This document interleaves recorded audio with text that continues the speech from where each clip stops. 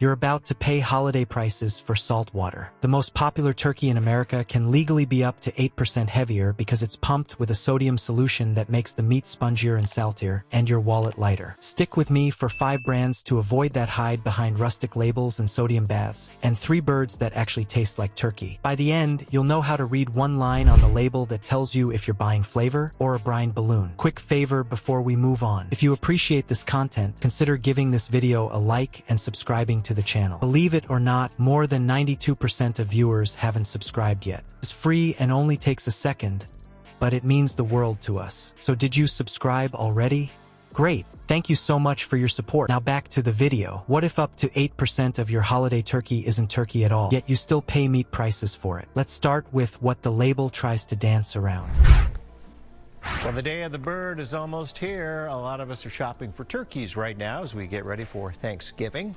Our Saquon tells us it might actually cost us less to get that bird. This episode is sponsored by ButcherBox. With ButcherBox, you can get high-quality meat delivered directly to your door. Choose from 100% grass-fed beef, free-range organic chicken, and more, sourced from farmers and fishermen dedicated to doing the right This year.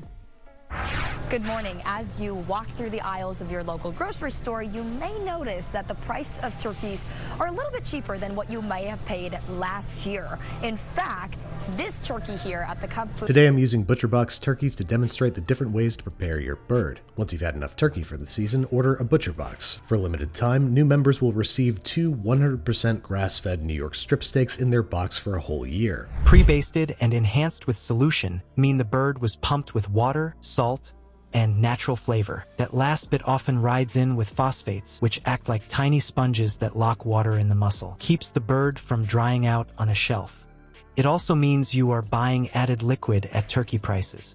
The front of the bag promises natural and juicy. The fine print tells the story you actually need.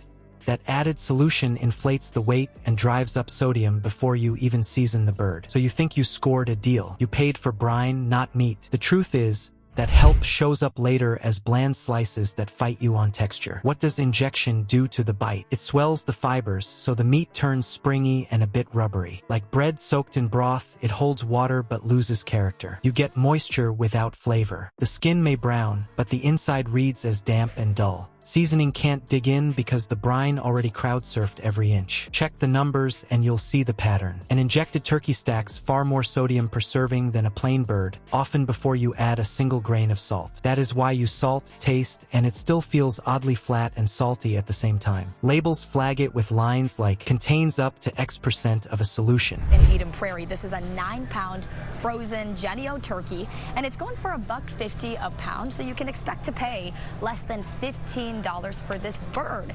Now, last year, if you wanted to buy a bird the same size... Alright, so once you've allowed your turkey to fully defrost, that's 24 hours in the fridge for every 5 pounds of bird, it's time to debag it and remove its included accessories, usually a nice neck and some giblets. These are great for making or fortifying your gravy. Next up, we're going to pat the bird dry inside and out. You were probably paying at least $2 a pound, and the Minnesota Turkey Growers Association says it's due to a couple of reasons.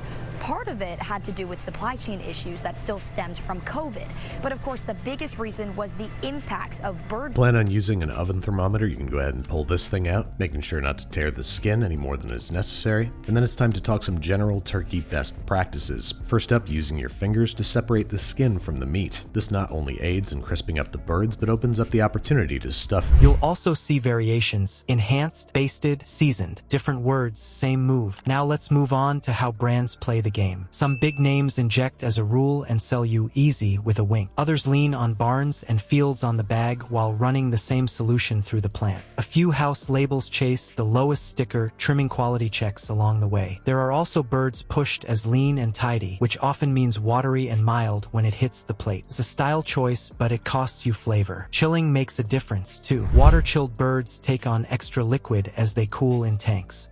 That adds weight without adding taste, and it can wash out the surface so the skin steams instead of crisps. Air-chilled birds skip the bath and keep a cleaner, denser bite. You taste the turkey, not the tank. The skin also behaves better in a hot oven. Dry surface, real crackle.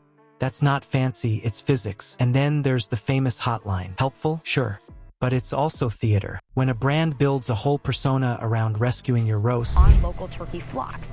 Now, while bird flu is still impacting turkeys across the country right now, we're seeing less of those impacts locally, which means there are more turkeys to choose from in stores.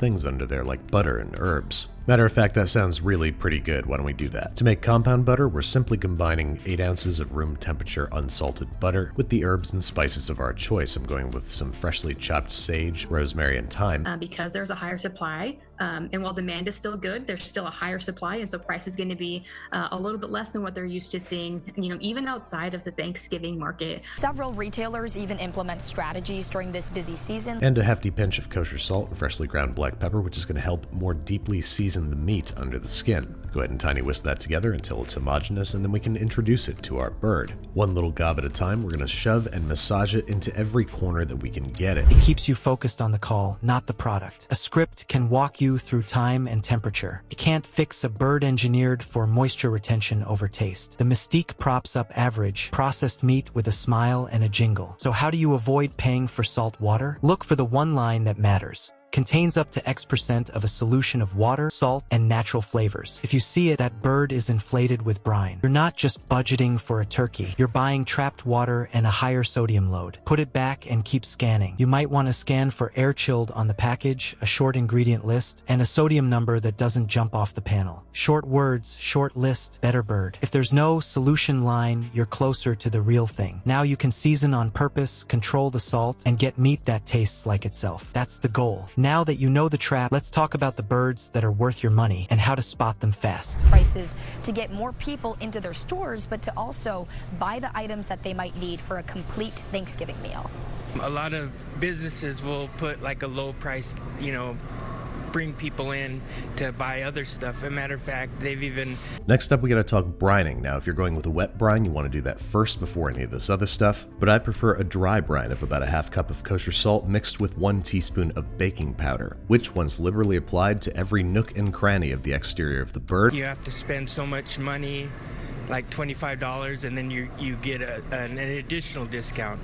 Now, while this 9-pound turkey is going for less than $15, it of course depends on the type of turkey you get. So can then hang out uncovered in the fridge for 24 hours. Now, one of the advantages of a wet brine is that it gives you very, very moist meat, but most of that moisture just ends up being salty water. It also doesn't really penetrate very deeply into the meat, 2 problems that we can fix in one go. The cheapest bird is often the most expensive mistake. You pay for salt water up front, then carve bland meat and wonder why dinner fell flat. That loss shows up on the plate, not just the receipt. Fix it fast.